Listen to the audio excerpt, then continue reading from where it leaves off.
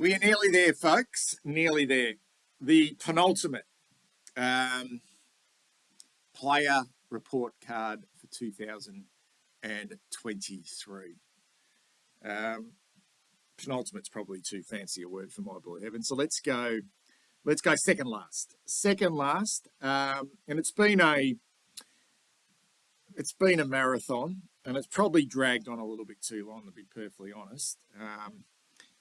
Yeah, it just feels like I probably should have grouped them up together. It's been a good exercise, but yeah, it's a bit like pulling teeth at the moment. But I am actually looking forward to these last two, because they're both really intriguing players from my point of view, and a lot of question marks still, with our list. And with these two last players in particular. And today we're looking at Matthew Owies, or Matt Owies. And whenever you hear the name Matt Owies, he's obviously a small forward for the Carlton Football Club, but it's the basketball background. It's almost like we plucked him out of obscurity, category B rookie from 2018. He was dribbling the ball up and down the basketball court in the States and setting the basketball world on fire. And, he'd never played footy before, and we liked what he, this and that. And yeah, but I think if you do a little bit of sort of background information, he played a fair bit of football as a junior, and played football at school as well at St. Kevin's. So he's not foreign. He wasn't foreign to the game when he first arrived. And given his size, he's not the stereotypical basketballer. Given his size, he's quite a small fella. That, yeah, I think his skills, as soon as he arrived at the football club, were always quite sort of compact. He wasn't like a 7'2" player who, was dropping the ball from a mile high and, was a little bit awkward. He was always, you looked at him and always thought, well, he's a bloke that's, I remember watching him when he first arrived at the football club at pre-season training, and I just sort of looked at him and thought, yeah, he knows what he's doing. He wasn't setting the world on fire at training, but he definitely knew how to kick. He definitely knew how to find space. He was good below his knees. So all those sort of basic skills of Australian rules football.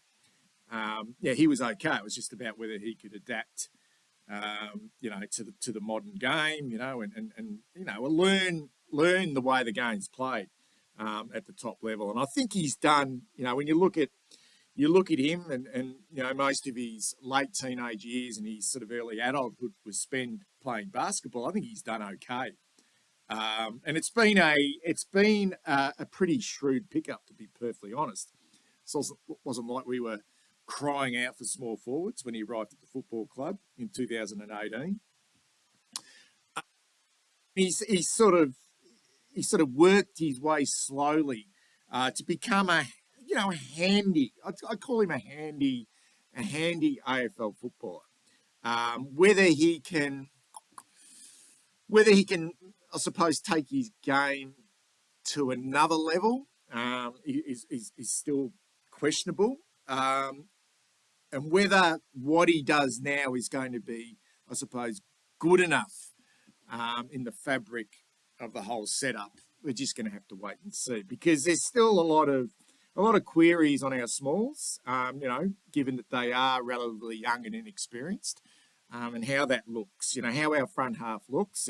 On paper, at times, it looks to be quite dynamic. But yeah, I think at times we did struggle to hit the scoreboard, particularly if the bigs weren't kicking goals. There wasn't a lot of times that our smalls sort of ripped the game open. And if you look at the grand final and you look at the damage that the likes of Brad Close, Tyson Stengel, even Graham Myers were able to do for the Cats, that's the sort of level you want to get to, that being able to apply enough defensive pressure as small forwards, which is really important, but being genuine threats at ground level, being genuine threats at finding space, and having good forward craft in the house. I think we're just going to have to wait and see. Wait and see how it all pans out. I can't make a prediction with some Matt Owies at this stage. 25, 26 by the start of next season.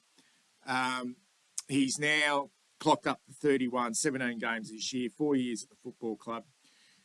No games in his first year. Development for him at VFL level. He went 1 in 220 in the hub, 13 and then 17 this year. He's a small forward, contract status. And this is good for him, and I suppose, like your 2-year contract, category B rookie, and that will be, 6 years at the footy club. That's a fair chunk of time, when you come across from not really a football background. Season snapshot. I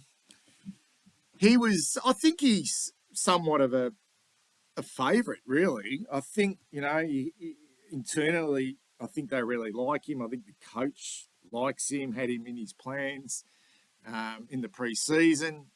I don't know whether he's the number one small forward, but he was always in the mix come round 1 and played round 1 right the way through to round 14.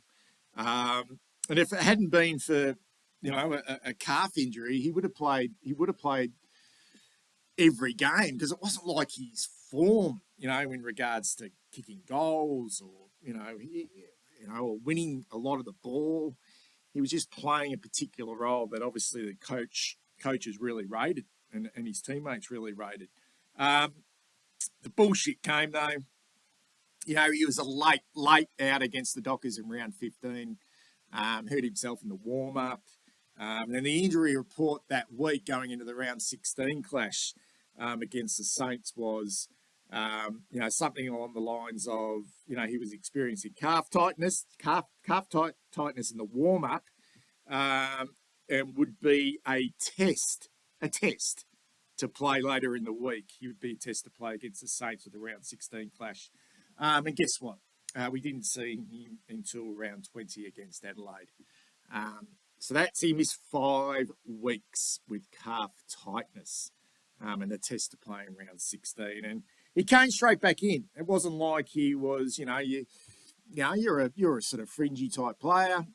You need to go back through the VFL and, find a little bit of touch and a little bit of form. He came straight back into the lineup and played the last 4 games. So apart from injuries, he's the type of player that probably would have played the 22 games this season, just the way that panned out there. Statistically, there was a lot of hype around him early in the year in regards to what he was doing inside forward 50 in regards to tackles. I think at one stage there he was he ranked number 1 in the competition for tackles inside 50. I think he may have been. Ended up ranked number 3 in the league at the end of the year. It dropped away a little bit, but he's elite in tackles inside 50. And above average in pressure act, 16.6. So that's for me, that's a pure role player. Right there, that's his bread and butter. His ability to tackle, apply pressure, and I think above average in disposal efficiency. I think his disposals are more neat disposals. I mean, he had the yips a little bit in front of the big sticks. He's below average in goal accuracy. I remember when he first started last year, when he got a big chunk of games, he was a bit of a sharp shooter. He rarely missed from about 30, 40 out. But that was something which dropped away this year. Below average in disposals. He's not a big ball winner, 9.5 average in goals, less than goal a game. To me, that needs to lift. I don't know. That for me, that part of his game really needs to develop. Marks inside 50. I think he's got the ability to find space. A lot of his goals come from the set shot, and goal assists a little bit down as well. Only running at average there. So statistically, you look at that and you think, well, what is he in the team for at the moment? And that is to apply that real manic pressure. Best games. I actually liked his game in round 7 against North Melbourne. I just remembered it was just like, it was early in the year. He only had the 5 disposals, but he made the most of his opportunity. He laid 8 tackles. He was like rabid that game against the Kangaroos. He had a couple of really good games in the middle of the season, rounds 9 and 10. He had 30 disposals across 2 games, 15 against the GWS Giants when we were lacking some tools in our front half, and it was up to our smalls to do the bulk of the work inside our forward 50. And then he played really well a week later against the Sydney Swans. He kicked 1 goal, 2 from 15 touches when there was a real live wire in our front half. But I'm going to go with his, and this is the thing about Matt Owies, which I reckon is one of his best traits, is he appears to like the big stage. I don't think he's a great AFL footballer. You don't need all your players to be great, but his 2 best games for me came in round 11 and round 23 against Collingwood. I thought in the last quarter against Collingwood when it looked like they got away from us, it really did, the Pies. He was the one that got us going. He was the one. He was the spark. The grabbing of the jumper, the beating of the chest, the expressions, sometimes you get stuck into his opponent. He'll show some fight and he'll show some fire. And then the last game of the year, 13 touches and a goal and 6 tackles. I think that was a really underrated performance by Matthew Owies. I thought him and Motlop and Durden at times, it was a little bit of a snapshot possibly for the future with our smalls. That game against the Pies, particularly after half time, in that third quarter as well, they were really dangerous. Yeah. I thought, his worst performances, I mean, when you have 6 out of 17 games where you don't kick a goal, I don't think that's probably good enough for a small forward. And I know he's there for more than just kicking goals, but he'd want to be at least a goal a game forward, at least. If you're averaging 18, 19 games a year as a small forward, you'd be hoping to kick 23, 24, 25 goals up around that mark. But round 14 against the Tigers on a Thursday night, big game, 6 touches, no goals. I thought he was really poor. Strengths, great passion, terrific energy, tackling obviously, brings great enthusiasm. I think he's a bit cocky, confident, likes the big stage, doesn't get overwhelmed, and he seems to really enjoy the role he plays and ask someone to play that role. And it's sort of, I suppose, it goes a little bit unnoticed. It's a sort of selfless role. Whether that's going to be quite good enough, I'm not quite sure. His weaknesses, I think he's pretty limited. He's not quick, hasn't got great leg speed for a small forward. Does he have great forward nous and craft? Can he sniff out a goal? And is he adaptable? And what I mean by that, it feels like that's his position and that's it. That's the only position he's able to play. Can he go into the midfield? Can he play a high half forward? Could he at a pinch go down and play as a small defender if need be? I'm not quite sure. He just seems very, very limited in what he does. He's obviously very important, the combination with Motlop and Durden and what he's asked to do in that regard compared to the other 2. For me, one word for Matthew Owies, indifferent. Just indifferent. I'm just not quite sure. I don't think he had a great year, but he definitely didn't have a poor year. He was somewhere in between. And I go into 2023 with Matt Owies just not knowing